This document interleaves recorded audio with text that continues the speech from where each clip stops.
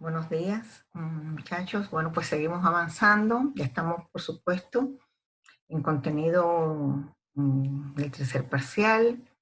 Y hoy vamos a abordar un tema muy bonito que es el sistema endocrino. Tenemos dos conferencias de sistema endocrino. Bueno, pues vamos a iniciar, vamos a compartir la presentación que ustedes tienen ya en el repositorio y pues arriba. Vamos a comenzar.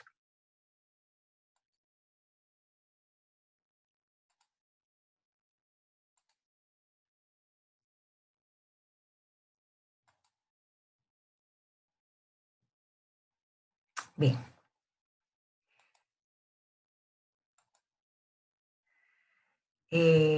Bueno, vean ustedes ahí, estamos abordando un sistema de órgano nuevo, el sistema endocrino, que está constituido por todas aquellas estructuras, fundamentalmente glándulas, hay algunas pequeñas células que también son endocrinas, pero glándulas que conforman el sistema endocrino, que es el conjunto de órganos que realmente elaboran las hormonas, porque así se le llama a la producción del sistema endocrino, que son sustancias que actúan en, en otras células, o cercanas a ella o lejanas a ella. Pero esa producción se le llama hormonas y a este sistema que elabora esa producción se le llama sistema endocrino.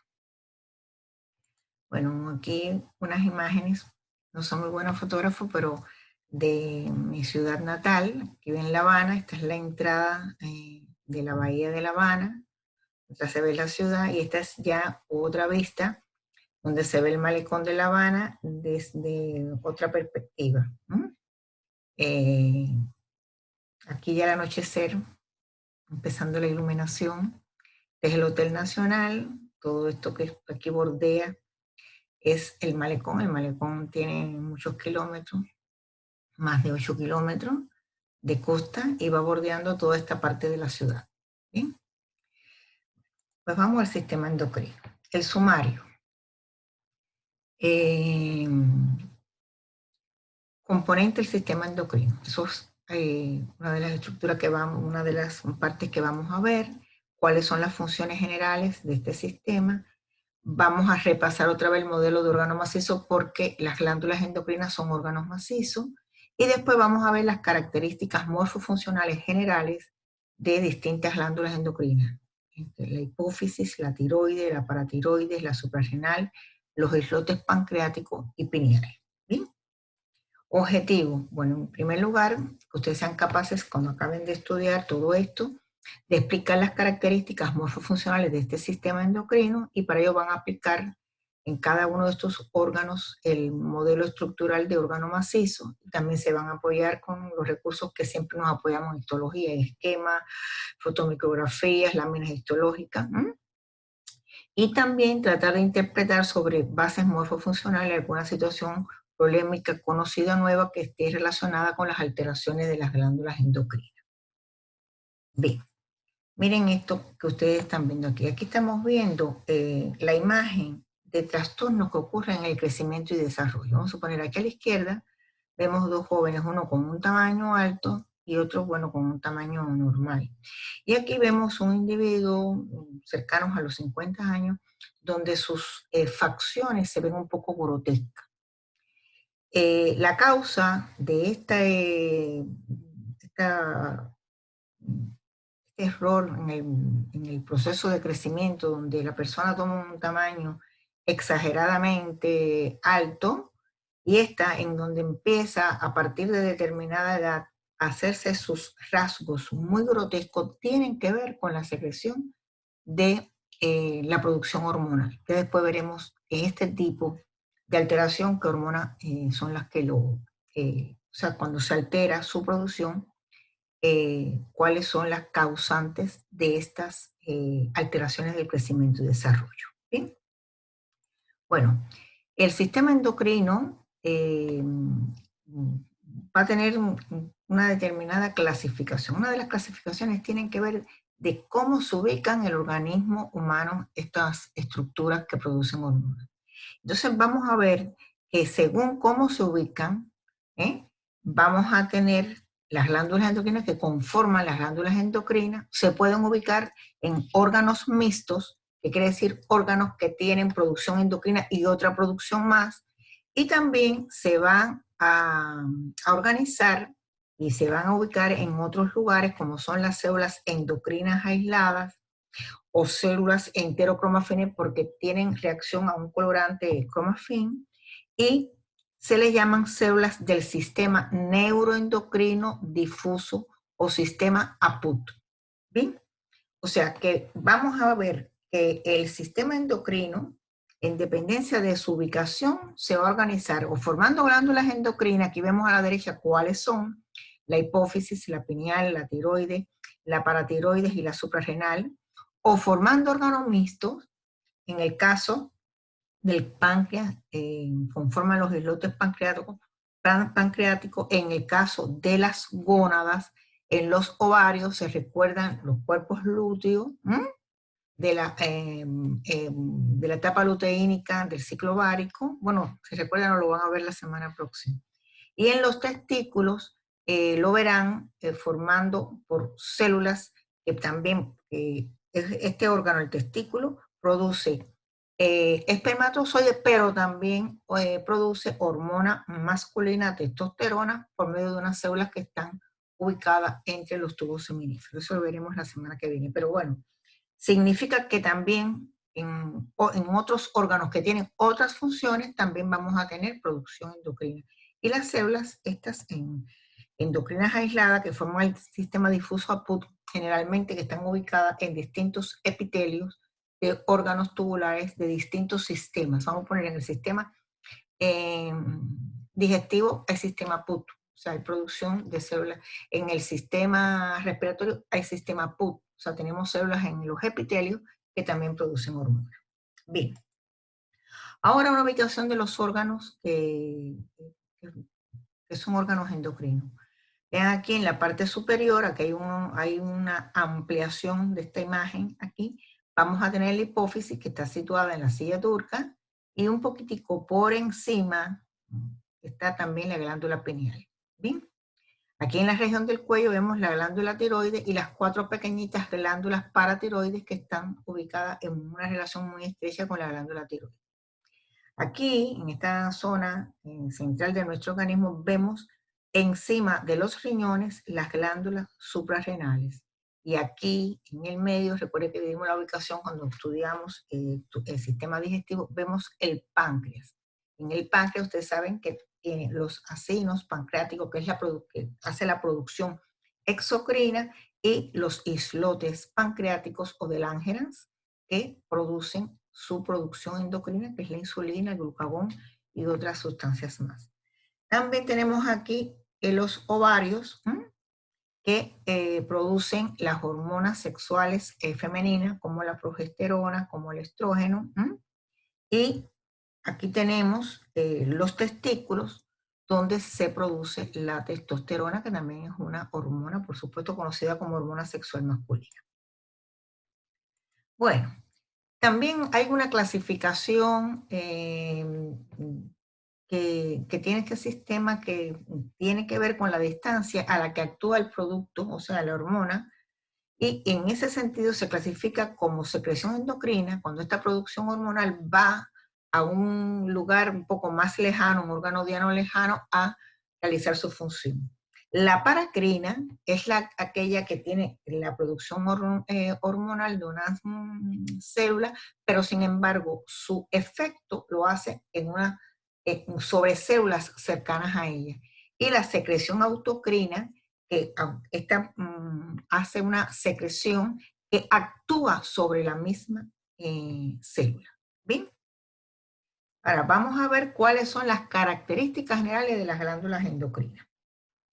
En primer lugar, tener claro que estas glándulas se originan de los epitelios superficiales, o sea, de los epitelios superficiales de cavidades o fundamentalmente de superficies también nuestras. Una característica que tienen estas glándulas es que no tienen conductos excretorios.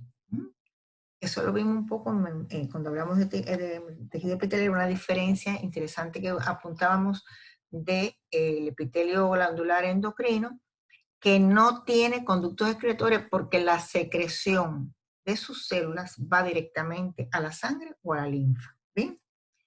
Ahora, estas glándulas constituyen, desde el punto de vista organizativo, desde el punto de vista de su organización histológica, órganos macizos. Por lo tanto, siempre vamos a abordar su estudio a partir de qué característica tiene el estroma y qué característica tiene el parénquima, que es su componente funcional. Tiene la presencia, por supuesto, de vasos sanguíneos, que son los que captan la secreción hormonal y la van distribuyendo a los lugares donde están los órganos diana. Elaboran esa secreción endocrina, es hormona, por lo tanto decimos que elaboran hormonas. La acción está acorde con la naturaleza química de su hormona, o sea, hay distintos tipos químicos de hormona y la reacción funcional tiene que ver con ello. Esto ustedes lo estudiarán en biología, en bioquímica, biología molecular, y también van a estudiar el funcionamiento hormonal cuando estudien la fisiología del sistema endocrino. Pueden almacenar su secreción de acuerdo a la naturaleza química de su hormona. O sea, hay tipos de glándulas que secretan, almacenan y después utilizadas cuando se requiere. Otras no, otras inmediatamente que secretan la lanzan al torrente sanguíneo. Y características histológicas acorde a la naturaleza química del producto elaborado. O sea, quiere decir que almacenan su secreción de acuerdo a la naturaleza química de su hormona, y por lo tanto las glándulas van a tener determinadas características, sus células, en dependencia de la naturaleza química del producto. Por ejemplo, una glándula que produce hormona de tipo proteico, ¿qué tipo de organelos va a tener más desarrollado? Eso ustedes ya lo tienen claro. El retículo endoplásmico rugoso, el aparato de Golgi, las mitocondrias, van a tener gránulos secretorios cercanos a la zona donde excretan ese producto. Está bien. Sin embargo, si la hormona tiene un tipo de característica química como los esteroides lipídica, las características de esas células también van a responder a una célula que produce lípidos. ¿Cuáles son? Retículo endoplásmico liso, mitocondria y aparato de Golgi. O sea, que la característica histológica depende, por supuesto, de la química del producto.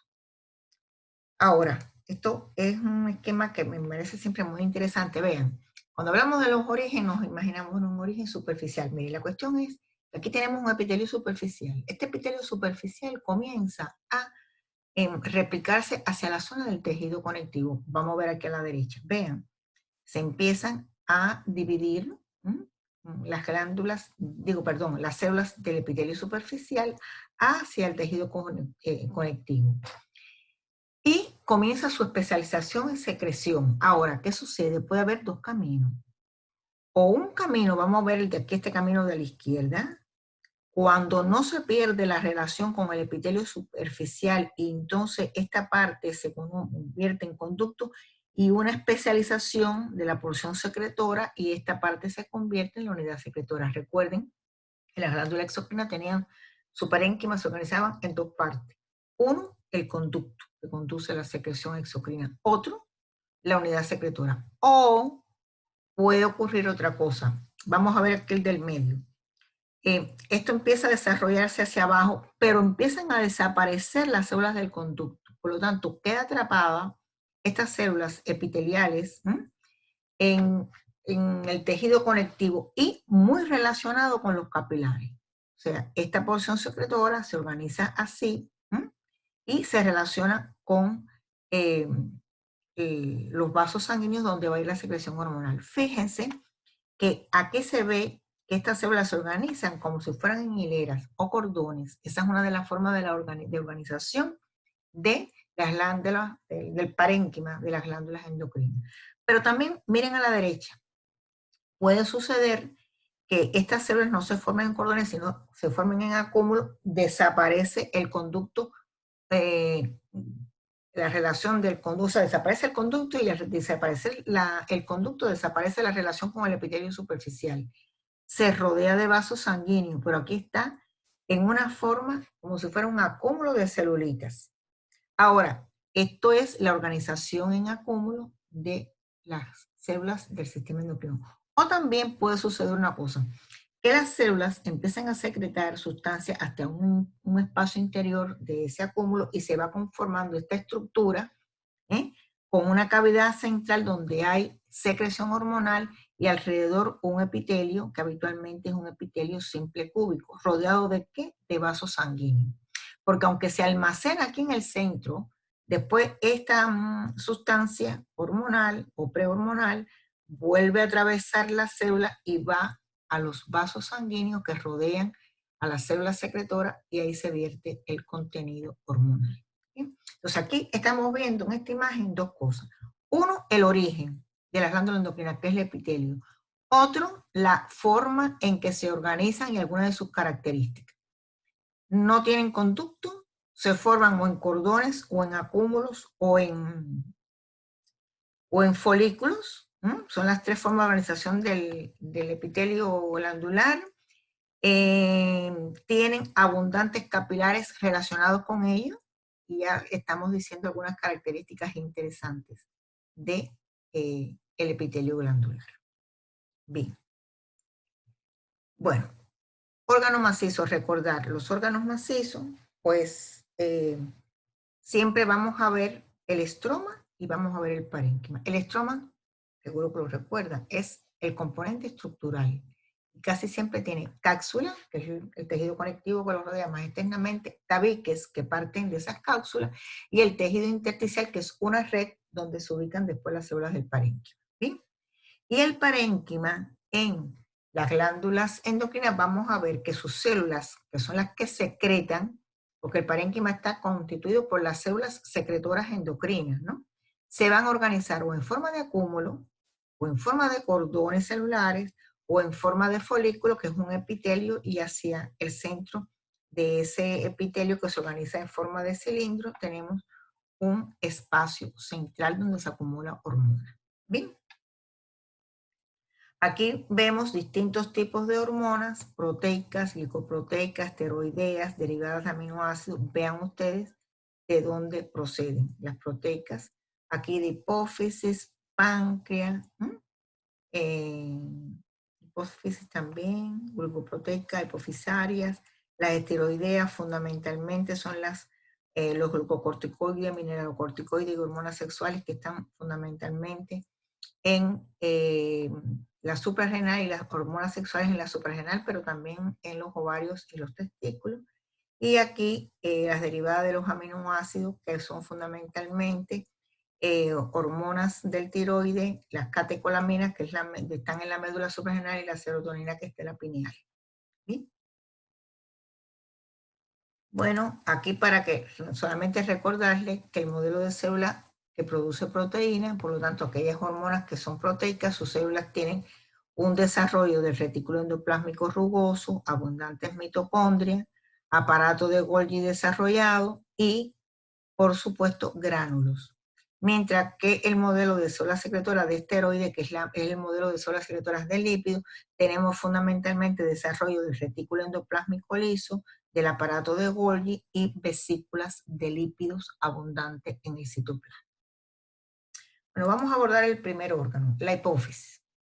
Es la glándula que le llaman la directora de orquesta por las múltiples funciones que realiza, la que está ubicada como si fuera una reina en la silla turca. La hipófisis tiene hay distintas divisiones anatómicas de la hipófisis. Nosotros vamos a asumir esta, que la divide en adenohipófisis y neurohipófisis. La adenohipófisis con un derivado más epitelial y la neurohipófisis con un derivado más de tejido nervioso. ¿Bien? La adenohipófisis, y hay una zona que no es una zona, que por eso hay una clasificación, que agarra un pedacito de adenohipófisis y un pedacito de par nerviosa y se le llama el lóbulo posterior. Nosotros vamos a trabajar en las características histológicas de la adenohipófisis y de la neurohipófisis. ¿Sí? La adenohipófisis tiene a su vez tres partes. La parte distal o lóbulo anterior, que es la parte donde están las células que secretan las hormonas más importantes, la pars tuberalis y la par intermedia. ¿Sí? Y La pars nervosa en la neurohipófisis es la parte también más importante de la neurohipófisis. Ya ustedes saben, van a ver cómo van a derivar axones que provienen del hipotálamo y son los que integran fundamentalmente la pars nerviosa. La zona del tallo infundibular y la eminencia media, que ya después en otra imagen veremos dónde está la eminencia media, porque nos interesa que ustedes sepan ubicar, por lo menos sepan ubicar la eminencia media y qué pasa ahí. Ahora, recuerden, vamos a describir nosotros en histología fundamentalmente la adenohipófisis y la neurohipófisis, y en este caso fundamentalmente en la parte distal y la parte nerviosa, porque están las estructuras más importantes relacionadas con la producción de hormonas hipofisales. Bueno, esto que ustedes ven aquí, y quiero que sigan el señalizador, esto que ustedes ven aquí es la hipófisis. Y esto que ustedes ven aquí en naranja es el hipotálamo. ¿Está bien? Eso es lo primero que quiero ver. Esta parte que está hacia la parte izquierda es la parte de la adenohipófisis. Y esta parte que está aquí hacia la derecha es la parte de la neurohipófisis. ¿Está bien? Quiero primero señalar dos cosas interesantes. Fíjense, aquí está señalado esto, parecen estos globitos rosados como núcleos hipofisiotrópicos.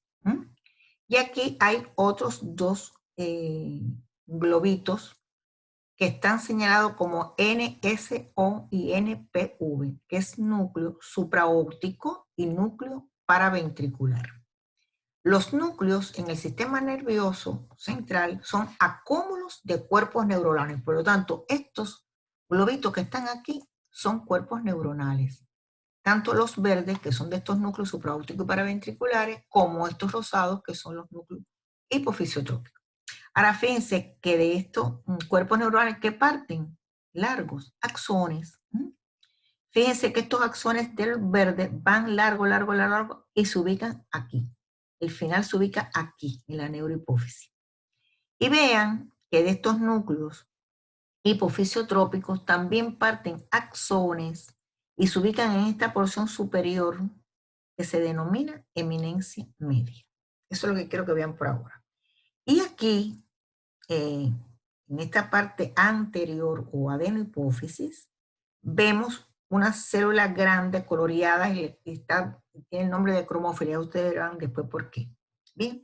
Y lo otro que quiero que vean aquí es que aquí la arteria hipofisaria superior entra por aquí, se capilariza aquí, se forma una vena aquí, y después se vuelve a capilarizar. Así que ya le estoy adelantando que cuando yo tengo una red capilar, una relación con otra red capilar, que esta relación puede ser arterial y venosa, en este caso es venosa, y después hay otra red capilar, estoy en la presencia de un sistema porta, que recoge sustancias de aquí, en este caso las que vienen del hipotálamo de esta zona, y la conducen aquí, a estas redes capilares que hay en esta zona de la adenohipófisis. Ahí me quedo.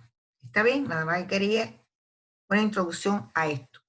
Entonces tenemos un órgano, que es un órgano endocrino, que se llama hipófisis, con una zona anterior, que se llama adenohipófisis, y con una zona posterior, que se llama neurohipófisis, y que está muy relacionado con el hipotálamo, que es una estructura del sistema nervioso central, y que tenga un sistema vascular aquí muy interesante, donde esta arteria cuando entra se capilariza a este nivel de la eminencia media, después drena todo lo que está pasando por ella, por este sistema venoso, y después vuelve a capilarizarse en un segundo plexo o en una segunda red capilar. Y esa estructura ya yo sabía por cardiovascular que se llama, sistema porta o sistema portal. ¿Bien? Bueno, pues seguimos. Aquí vemos un corte histológico de la hipófisis. Esta es la zona, la parte distal, que es muy celular, es la zona más grande. Vemos aquí una parte intermedia y después esta zona de la neurohipófisis, que es la pars nerviosa, que tiene una estructura derivada fundamentalmente del sistema nervioso. O sea, son axones que bajan desde el hipotálamo. ¿Está bien? Pues seguimos. Aquí vemos, ahora aquí está invertida, o sea, aquí en la parte de la izquierda está la neurohipófisis, fundamentalmente la paz nervosa. Veo fibras y algunos núcleos de célula. Y aquí veo la zona de la parte distal, que es una zona más epitelial, más celular, que es la zona de la parte distal de la adenohipófisis. ¿Bien? Si vemos una lámina coloreada, veremos ahí que está más coloreada, de colores rosas y azules. Nos ubicamos rápidamente en la adenohipófisis, y esta zona que se ve más fibrosa, que se ve menos celularidad, es la zona de la neurohipófisis. Bien.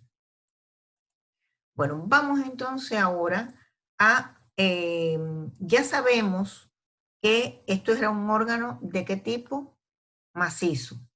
Y si era un órgano macizo, iba a tener una estructura, pero no se la estoy diciendo, un estroma que tenía una cápsula, tiene algunos tabiques y que tenía redes. Ahora, vamos a ver el parénquima. Esta es cómo se organiza el parénquima, o sea, las células que tiene y las hormonas que producen, cómo se organizan estas células parenquimatosas en la zona de la adenohipófisis. ¿Bien? Bueno, pues estamos mirando que en la adenohipófisis lo que vamos a echar es la parte más celular, que es la parte distal. Y aquí yo voy a encontrar, miren, células cromófilas. Se le llaman cromófilas aquellas células que tienen afinidad por cualquier tipo de colorante. ¿Sí? Y células cromófobas, que son aquellas que tienen fobia por los colores y no tienen afinidad por los colorantes, no se colorean. Y algunas células foliculares estrelladas. Vamos a hacer énfasis en las células que tienen afinidad por los colorantes, que son las células cromófilas, donde tenemos células acidófilas y donde tenemos células basófilas. ¿Qué son las acidófilas? Las que captan los colorantes ácidos, y se colorean, por supuesto, de rosado en el caso de la hematocilina y eosina. Y las basófilas son las que captan, ¿qué cosa? Colorantes básicos. Se colorean fundamentalmente de azul. Bueno, dentro de las células acidófilas que hay en la parte distal y de la adenohipófisis tenemos las células somatotrópicas, o GH, que es el acrónimo en inglés de la hormona del crecimiento. Mientras que el otro tipo de células acidófilas que tengo son las mamotrópicas, también denominadas prolactina. O sea, aquí estoy mencionando la célula y aquí estoy mencionando la hormona que produce. Esta es la hormona somatotrópica que produce la hormona GH, que es la hormona del crecimiento. Y aquí tengo las células mamotrópicas que producen prolactina. Estos son los dos tipos de células acidófilas que tiene la hipófisis. Ahora voy a ver las células basófilas. Hay tres tipos de células basófilas en la hipófisis. Las gonadotrópicas, que son dos. La FSH, o hormona estimulante folicular, folículo del ovario, y la LH, hormona luteínica, también pensando en el ovario. ¿Bien? Entonces, fíjense, cuando dice gonadotrópica, lo dice por algo. Lo quiere decir que tiene un tropismo positivo por las gónadas. ¿Entiendes? Son hormonas que estimulan las gónadas. En la producción, por supuesto, en las gónadas, ¿de qué? De hormonas. ¿Está bien?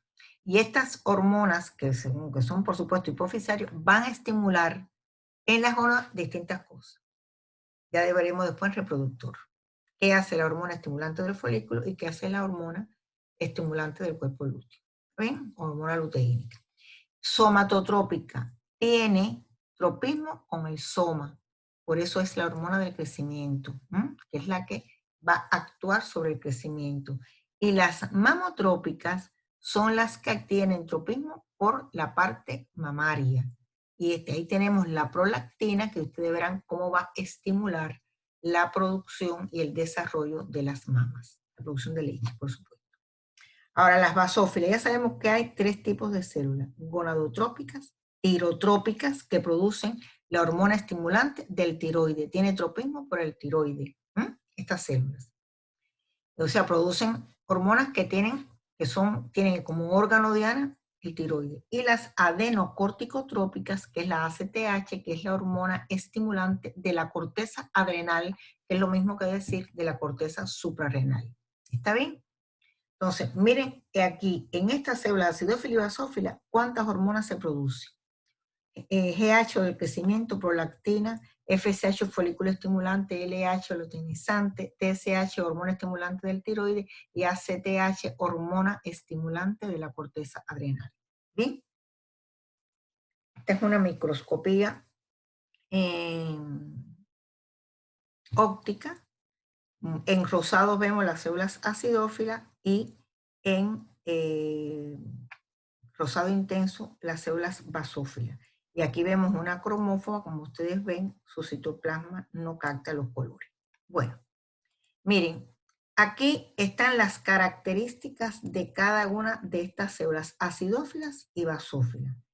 Yo quiero que fundamentalmente ustedes estudien de esto, qué hormona produce cada célula y en qué relación funcional tiene. Vamos a suponer, el defecto, el exceso de esta hormona esta hormona de crecimiento, ¿no? El exceso de la producción produce gigantismo en el adolescente y acromegalia, que fue la foto que vimos de la persona grotesca, en el adulto, y su defecto que produce enanismo hipofisario. Quiero que estudien qué hormona produce y qué produce cuando esté puesto en la presentación su exceso o su defecto. ¿Está bien? Esta es la parte de si aumenta su producción, que se libera, no se entren en eso porque lo van a estudiar a profundidad en fisiología. Así tienen cada una de las hormonas, las gonadotrópicas, que producen su secreción, sobre quién actúa. Eso es lo que me interesa que aprendan. ¿Está bien? Y saber, por supuesto, cada célula si es basófila o si es acidófila. Aquí la parte tuberal y la parte intermedia, quiero que lo lean, quiero que lo vean, pero no es un aprendizaje dentro del sistema de elementos que tienen que aprender, pero es interesante que lo conozcan. Y ahora vamos a ir a la parte nerviosa, que es la parte esta superior. Esto que está aquí, fíjense, aquí abajo tenemos la parte distal, celularidad. Aquí más fibras con células de la neurona fundamentalmente, que es la parte nerviosa. Pero esta parte nerviosa es muy importante también. La parte nerviosa es parte de la neurohipófisis, es la parte fundamental que vamos a ver. La formación, como ya hemos mencionado, está formado por fibras amielínicas. ¿Qué son fibras? Axones, que proceden de neuronas que están en el hipotálamo. Esas fibras amielínicas forman una estructura ahí en la neurohipófisis que se le denomina haz hipotálamo hipofisario. ¿Por qué? Porque procede del hipotálamo y llegan a la hipófisis. ¿Está bien? O sea que la neurohipófisis está formada fundamentalmente por fibras nerviosas, podemos ponerle ahí, amielínicas. Hay gran cantidad de células gliales, o sea, de células neurolias, pero hay una específica que se llama picuicito, que es una neurolia pequeñita, una célula de sostén, que está ahí en esa zona de la neurohipófisis. Tienen estas fibras, vamos a encontrar, sobre todo en las partes más distales, la abundancia de gránulos de neurosecreción. ¿A qué se le llama neurosecreción? A las hormonas que se elaboran en el hipotálamo, pero se almacenan en la hipófisis y después parten cuando es necesario, que son la ADH, o hormona antidiurética, y la oxitocina. Estas son las dos hormonas que integran lo que se denomina neurosecreción. Y ya saben qué es neurosecreción porque realmente se secreta, se produce en el hipotálamo, aunque va a la hipófisis por el haz, o sea, por los axones que forman el haz hipotálamo hipofisario, y van allá a la neurohipófisis y de ahí es que pasan a la sangre. Los acúmulos de neurosecreción, se producen unos acúmulos, se le llaman cuerpos de Herring. Y se tiñe con este tipo de coloración especial que es la hematocilina lumbre de cromo. Ahora, las fibras, o sea, las fibras amielínicas, los axones, transportan la hormona antidiurética y la oxitocina, que se produce, como ya lo he dicho, en el hipotálamo, pero que se secreta, quiere decir que va a los vasos sanguíneos en la zona de la neurohipófisis. La ADH va a actuar sobre los tubos colectores, ¿recuerdan? Del tubo urinífero, del parénquima renal. Cuando se activa trata de absorber más el agua para concentrar más la orina, antidiuresis, por eso se llama antidiurética.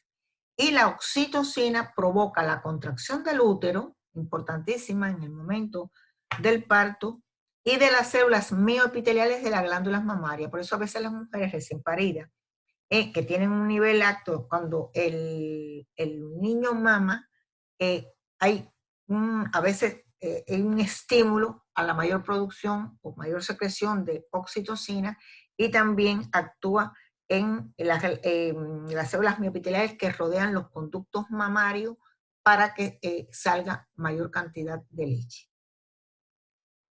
Bien, importante la neurohipófisis, importante todos estos elementos que hemos visto aquí. El control hipotalámico de la hipófisis, interesantísimo. Indiscutiblemente, esto se está acabando ya, solamente si se acaba, yo se lo completo en la clase que viene. Vimos que el hipotálamo tiene una relación importante con la hipófisis, que aquí están los núcleos con las neuronas, estas del supraóptico y paraventricular, van a la zona de la neurohipófisis, va la secreción de ADH y oxitocina, se secreta aquí, mientras que la de los núcleos hipofisiotrópicos se producen una serie de factores que son estimuladores o inhibidores de la producción de las hormonas de la adenohipófisis. Estos elementos químicos van hasta la eminencia media. Ahí salen y son captados por esta primera red capilar del sistema portal hipotálamo hipofisario. ¿Está bien? Y este sistema portal, esos capilares captan esa sustancia, la llevan por estas venas azules que ustedes ven aquí, que es el sistema de estas venas de este sistema, y van a poner las células que están en la adenohipófisis en contacto con esta sustancia por medio de esa red capilar. Parece que las redes capilares son redes de intercambio de sustancias, y van a estimular o inhibir a las células que están en la adenohipófisis. Por lo tanto, toda la producción de hormonas del crecimiento, de prolactina, de FSH, de LH, de las hormonas que controlan, o sea, de la ACTH que controlan después la suprarrenal, todo ese control está regido también por el hipotálamo. ¿Está bien? Ya saben, núcleo supraóptico y paraventricular, ADH y oxitocina, es si la hormona desciende por los axones, se acumulan aquí y se secretan cuando es necesario. Y los núcleos hipofisiotrópicos producen los factores que activan, estimulan o inhiben la producción de la adenohipófisis. ¿Está claro? Esa relación, y por esto este sistema portal que tiene un primer capilar, un primer plexo, aquí en la eminencia media, después la vena y después la segunda capilaridad o segundo plexo capilar, es muy importante para el funcionamiento y para el control del hipotálamo sobre la adenohipófisis. Cualquier duda, contacte conmigo por correo electrónico. Esta es la relación del hipotálamo. Esto que es lo que hemos explicado ahora, se lo he querido sintetizar, reforzar. La primera red capilar está en la eminencia media, estamos hablando del sistema portal hipotálamo hipofisario. La segunda la segunda parte del sistema es un sistema venoso, que se llama sistema portal de vena, y la tercera parte de este sistema es la red capilar a nivel de la parte distal de la adenohipófisis. ¿Qué permite esto? Permite que factores hipotalámicos, tanto estimuladores como inhibidores, que se liberan en la eminencia media, pero parten desde el hipotálamo, lleguen a las células de la adenohipófisis, por lo tanto controlan y regulan la función de la adenohipófisis. Y este esquema, para que ustedes lo vean, bueno, se ve todo, se ve arriba el hipotálamo, aquí la hipófisis, y se ven todas las hormonas que se producen en esta glándula, y además se ve también a quién estimula. ¿Está bien? Aquí estimula la ACTH, la TSH, la FSH, y aquí todas estas estructuras que estimulan. Este esquema está muy bueno para ver la relación de la estructura de la hipófisis, de su ordenamiento a partir de su regulación por el hipotálamo, y después sobre quiénes actúan. Miren ustedes, por eso es que se le llama la reina de del sistema endocrino. Muchas de las glándulas que vemos después están estimuladas por hormonas del hipófisis.